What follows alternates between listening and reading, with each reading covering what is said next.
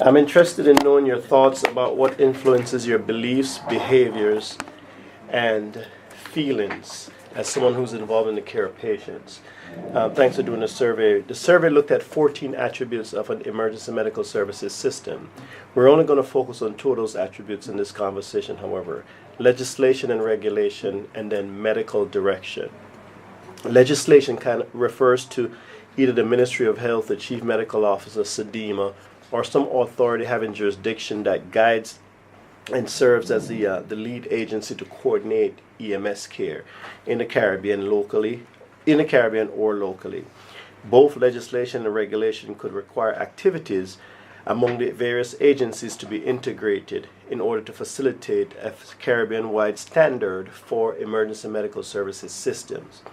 It refers to the implementation of laws that provide liability for EMS field personnel and also medical direction for those personnel when dealing with unusual situations or when dealing with or serving as a liaison with that interface between the Caribbean EMS entities. So let's get started about questions about legislation and regulation. What do you tell me about your beliefs regarding the emergency medical services system here in Barbados and patient care? May you ask me what I think about how they operate? Yes. Tell me about your beliefs. What you believe about the EMS system here in Barbados and the patient care. I think it is I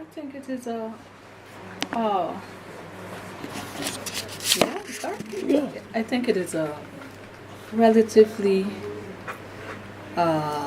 what's the word I want? I think it's a relatively efficient service that they provide with limitations. Mm-hmm. And the care that they give. The patients that come to us, they're served well. When they arrive to the department, most of what should be done before they arrive to me is done. Mm-hmm. So I would say they're pretty efficient. So you believe they're efficient. So in terms you don't of... have to come in here and say to them, well, why you didn't do this, or how come this is not... You hardly have to do that. So okay. I'm thinking, bear in mind, I don't know all of the EM. I'm not really familiar with everything the EMS does because I'm not I am a nurse there. Mm-hmm. But for what I see coming to me as a nurse in the triage, in the ER, I'm pretty satisfied. Okay. What do you believe is the role of legislation and regulation for the pre-hospital EMS providers here in Barbados? Well, there got to be some legislation. There have to be a standard to follow, right? That's what you mean. There has to be a set standard for most jobs to go by, yeah? Yeah. So do you believe that the regulation and legislation and regulation are important to the success of the care that they give to the patient and patient outcome? Yes, I think so. Okay. How do you think they impact patient care? How do you think legislation and regulation would impact patient care and even patient outcome? Yeah, because they're guided, no? Legislation guides you, right? Mm-hmm. Yeah? Mm-hmm. Right, so if you have a set guidelines and everybody follows the guideline as much as possible, then I figure out the outcome can only be a good one. Okay. So in most cases? Yeah, in most cases. Mm-hmm. What are some things you think that influence how A&E nurses or A&E doctors or even the providers feel about EMS? What I think, if someone asked me again, what I think. What are some things you think that influence how you feel as an A&E nurse, or maybe how the A&E doctor feel about EMS in Barbados? What I think are some of the things. Things that influence how you might feel. That's a big question. That's a big question. No problem. What are some of the things that I think will influence how we feel about the EMS? Yes. You mean positive or negative? It's up to you. Well, I guess when you go back to the former question, if I see a EMS bring a patient into the apartment in a state that I don't think he should have come in, obviously it would give Make you some feel away. upset. Yeah. Okay, understand. Because I am thinking that your first contact with the patient, your job is to, you have your role to do in terms of keeping the patient stable and suited for transport. So if you come to us and the patient is not what we expect, well, I can see doctors and nurses alike getting upset. Okay. So I want to know about your feelings in terms of legislation and regulation. Do you characterize your feelings as negative, indifferent, or positive? With regards to The need for legislation or the presence of legislation?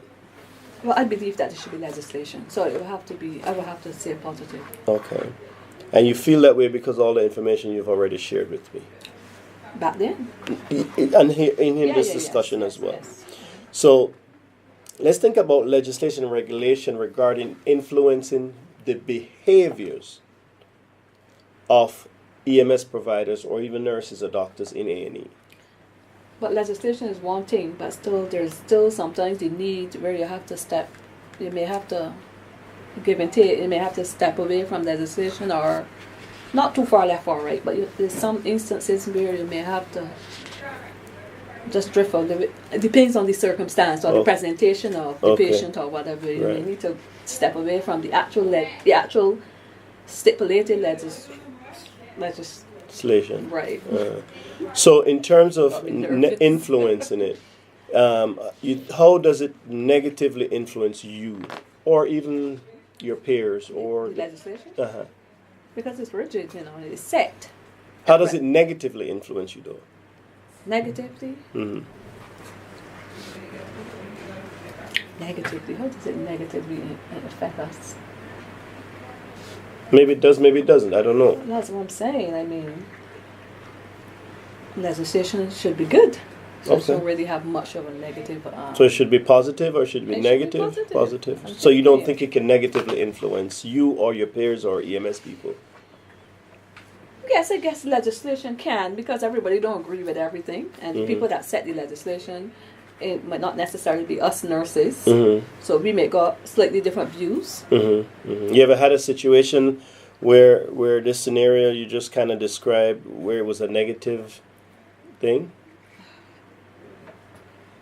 I can't be back to my thinking. I can't recall right now. No problem. Okay, that's an okay answer? Your answers are your answers. Right, I can't recall. No worries. I can't pull one together. Yeah. But I've been here for 10 years, so there have been different situations I've been faced with having to use initiative and probably step away from legislation. Now let's move on to some question about medical direction. Medical direction. Right. You mean for the doctor? Medical direction refers to each Caribbean country having a qualified EMS medical director who oversees the country's EMS service delivery and provides guidance to the EMS providers in the pre-hospital field. It sometimes refers to an appointment of an EMS medical director for each country. Medical direction often requires involvement in clinical care, EMS system design, the scope of practice, credentialing, population-based care, occupational health of the EMS providers, and encouraging and initiating research. Tell me your beliefs. Tell me about your beliefs regarding medical direction for pre-hospital providers within Barbados. You mean with the medical director? Right, and in terms of what are your beliefs regarding the medical direction for pre-hospital EMS people within Barbados? What do you believe? Give me that again. Give me that. Okay. So basically, medical direction requires that there's someone involved in clinical care, the system design, the scope of practice. Right. Okay. How they do things, encouraging research and other things. So now the question is, tell me what you believe in terms of the medical direction that's provided here for pre-hospital people in Barbados. Okay, I see. Well, we got Dr. Bayer there. Mm-hmm. I think he's head of the EMS. Okay. Dr. Bayer. So your beliefs about that? But he being the head, or About having the head. yeah, about I- that. Them having somebody But I think like that. that is necessary. I think you need somebody to guide the Okay. direction of the Okay. EMS service. And you believe that why? I don't think they can just leave it out there. You need research. You need to be improving. You need to got new ideas. You need to bring on stream new initiatives, ways to improve the service. So you need someone. You need somebody that oversees that. Yeah. You need additional training. You need to come up to you need standards. Mm-hmm. So you need somebody to facilitate and make sure these things are being served Okay. and Do you- put in place. For Do you additional think it can training. impact? Do you think that medical direction can is important in terms of patient care, patient outcomes, the service that is delivered? You mean for the EMS service? Yeah. Do you think it's necessary? Is it important that pre-hospital EMS service delivery and patient care and stuff have some medical direction?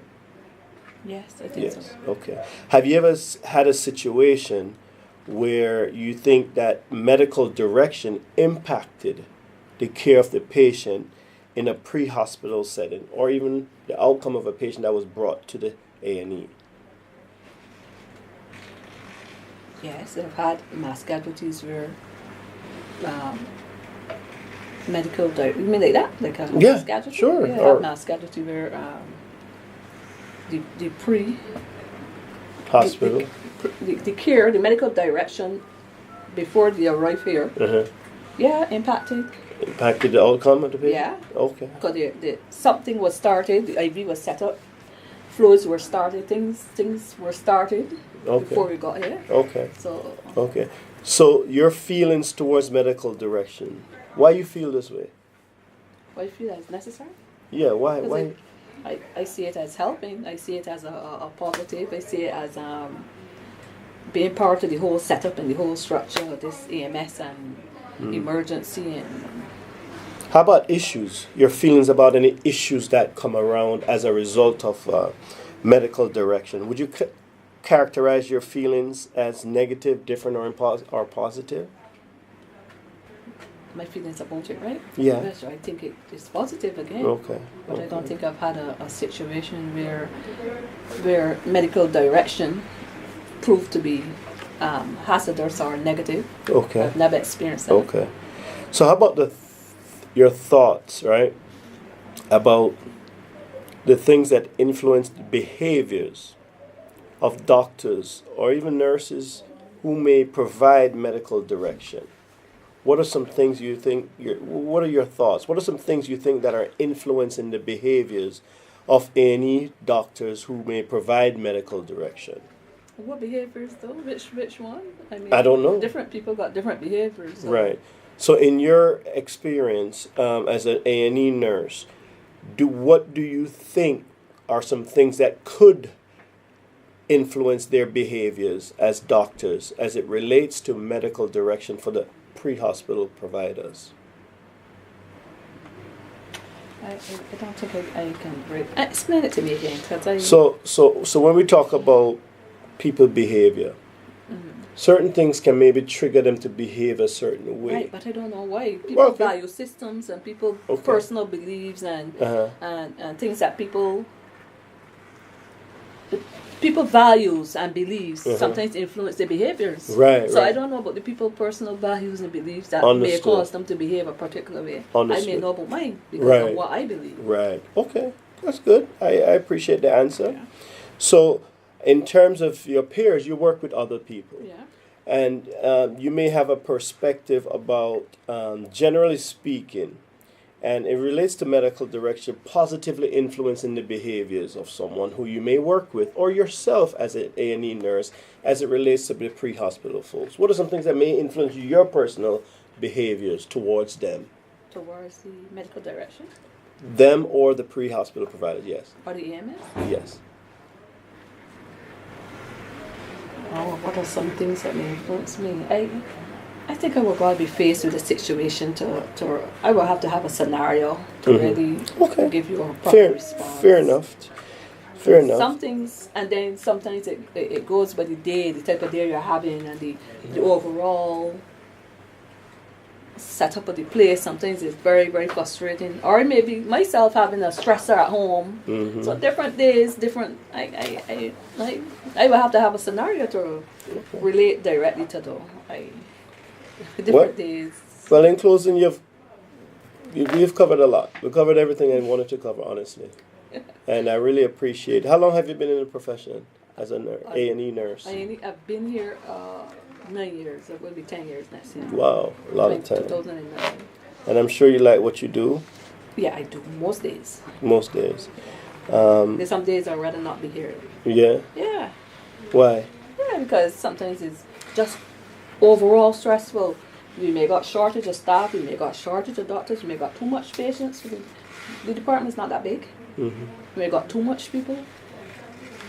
It just might be a shortage of RDs, might just be a really, really overall frustrating day. Or every patient you go to, everybody's cursing or everybody's shouting at you, or different days. Yeah.